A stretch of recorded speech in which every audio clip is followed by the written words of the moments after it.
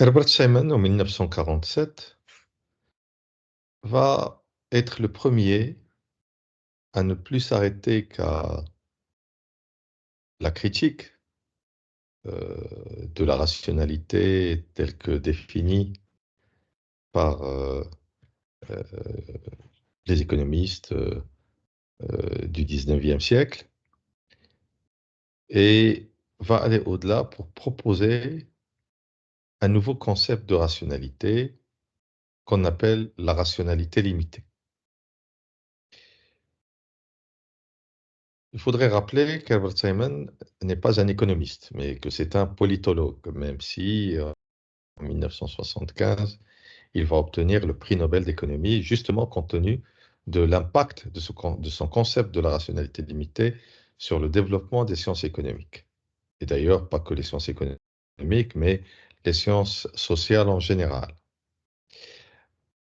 Herbert Simon se pose le problème des limites de la rationalité, qui, de la rationalité humaine, euh, qui, selon lui, interdisent toute optimisation des décisions. Et il va le montrer à travers l'observation des services publics de la Californie dans le cadre d'un travail de thèse de doctorat et qui va donner lieu à un ouvrage devenu un classique qui s'appelle Information et processus de décision. Euh, pour lui, la rationalité est limitée par plusieurs facteurs et que la rationalité est quelque chose que nous ne pouvons atteindre euh, qu'en fonction de l'information dont on dispose, mais aussi de notre capacité à traiter cette information.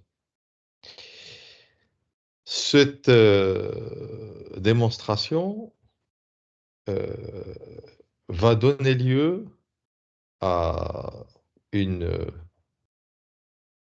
je dirais, par la suite, à une exploitation euh, opérationnelle euh, qui va consister à mettre en place des dispositifs pour améliorer justement la rationalité. Et c'est cela l'intérêt de l'approche de Simon. C'est que Simon, en quelque sorte, ouvre la voie au progrès de la rationalité humaine, parce que si on était resté euh, dans une, euh, dans le postulat de départ, consistant à dire que de toutes les manières, l'homme est rationnel, eh bien, euh, on n'aurait peut-être pas donné autant d'importance justement à tous les... L'humanité n'aurait pas donné autant d'importance à un certain nombre d'innovations et de développements technologiques qui sont allés dans le sens justement de l'amélioration du processus de décision.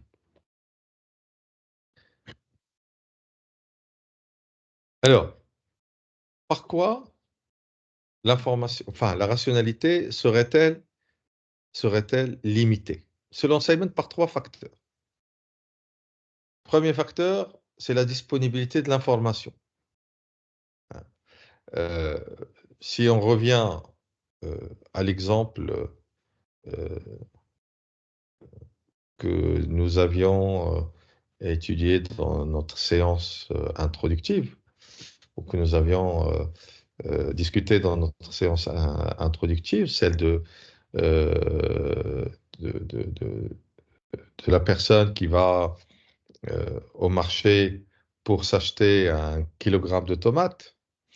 Euh, on analyse ce cas sur la base du fait que cette personne était en mesure d'avoir toutes les informations concernant et le prix, et la qualité, et la fraîcheur des tomates qu'il allait acheter.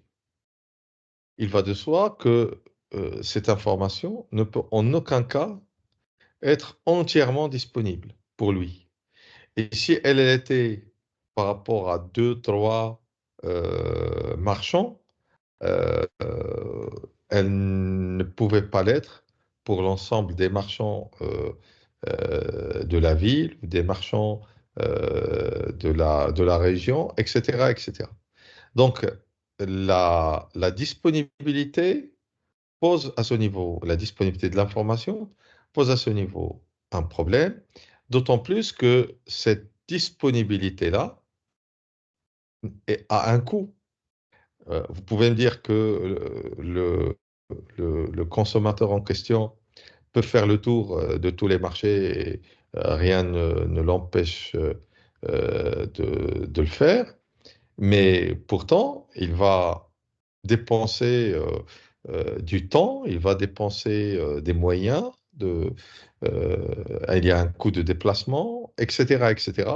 Et que donc l'information euh, n'est pas sans coût. Et donc ça, c'est aussi quelque chose qui limite les capacités du décideur à en disposer. Donc ça, c'est première limite. La deuxième limite, c'est les motivations du décideur. C'est que les décideurs ne vont pas traiter une seule et même information factuelle de la même manière, parce que il y a plusieurs choses qui biaisent euh, euh, les choix du décideur, à savoir son système de valeurs, ses buts, sa psychologie, ses propres comportements, etc., qui finissent par euh, biaiser le problème posé et biaiser les décisions à prendre. Troisième limite, ce sont les capacités du décideur. Et à ce niveau-là, euh, les décideurs n'ont pas les mêmes, on va dire, les mêmes compétences. Euh, Certains sont plus doués que d'autres. D'abord pour analyser et comprendre les informations dont ils disposent, et deuxièmement, pour prendre la décision et pour trancher au bon moment. Tous ces éléments-là, bien entendu, qui peuvent paraître aujourd'hui comme étant évidentes, mais elles n'étaient à l'époque euh, pas prises en considération, et surtout, leurs effets n'étaient absolument pas pris en considération. Et donc, nous pouvons dire que Herbert Simon, par cela, il a apporté une rupture paradigmatique majeure dans les sciences sociales, ce qui va par la suite influencer plusieurs théories que nous aurons l'occasion de voir, notamment l'approche stratégique de Michel Crozier, par exemple en France, notamment la théorie de l'engagement d'Amitai Zioni aux États-Unis, notamment également la théorie de l'incomplétude des contrats chez les juristes et qui va par la suite impacter les travaux de Williamson sur euh, les coûts de transaction, etc., etc., etc. Donc, toutes ces théories par la suite qui vont constituer, on va dire, la, la, la pensée euh, organisationnelle et managériale moderne et postmoderne, eh bien, vont avoir comme point d'inflexion majeur justement ce concept de la rationalité limitée d'Herbert Simon. Alors, et comme je vous ai dit, le modèle de la rationalité limitée va apporter en quelque sorte la preuve que l'organisation a un rôle ou a une valeur ajoutée essentielle, c'est que l'organisation euh, apporte des moyens pour améliorer la rationalité de l'individu. C'est-à-dire que finalement, si les individus se mettent ensemble dans une organisation, c'est bien parce que c'est le meilleur moyen pour améliorer la rationalité.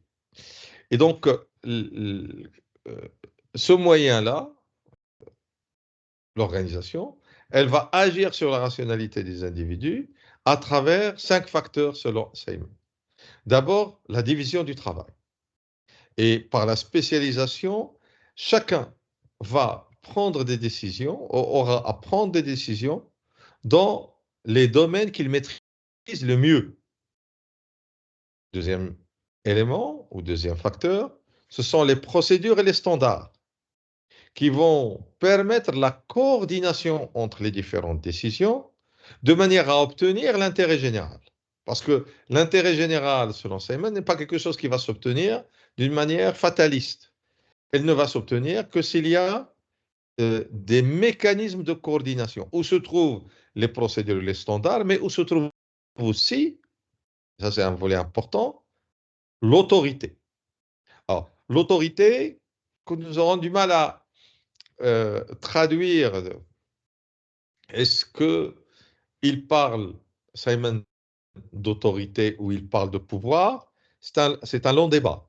Euh, L'autorité étant différente du pouvoir. L'autorité, c'est un pouvoir exercé d'une manière légitime, tandis que le pouvoir englobe l'autorité, puisqu'il peut être exercé d'une manière non nécessairement légitimée. Et donc, ce qui est plus large. Quatrième facteur d'influence, la communication, et donc l'échange de l'information. Et là, juste une parenthèse, si on revient au cas du dilemme du prisonnier, si les des deux personnes poursuivies euh, par la police avaient la possibilité de communiquer, ils auraient eu la possibilité aussi donc de coordonner leurs actions et leurs décisions de manière à obtenir justement euh, obtenir un résultat qui soit conforme à leurs intérêts tous les deux. Et puis, dernier point, c'est effectivement l'identité à la loyauté. Donc, ce qui relève du sentiment d'appartenance à une communauté qu'on voudrait servir, à qui on voudrait apporter une valeur ajoutée, et notamment dans le domaine du service public, c'est quelque chose de très important, mais aussi dans le domaine de l'entreprise, effectivement, c'est quelque chose de très important. Et donc, cette question de l'identité et de la loyauté, eh bien, qui s'approche un petit peu de la notion de culture d'entreprise, euh, nous aurons aussi l'occasion donc de l'étudier par la suite. Donc vous voyez bien que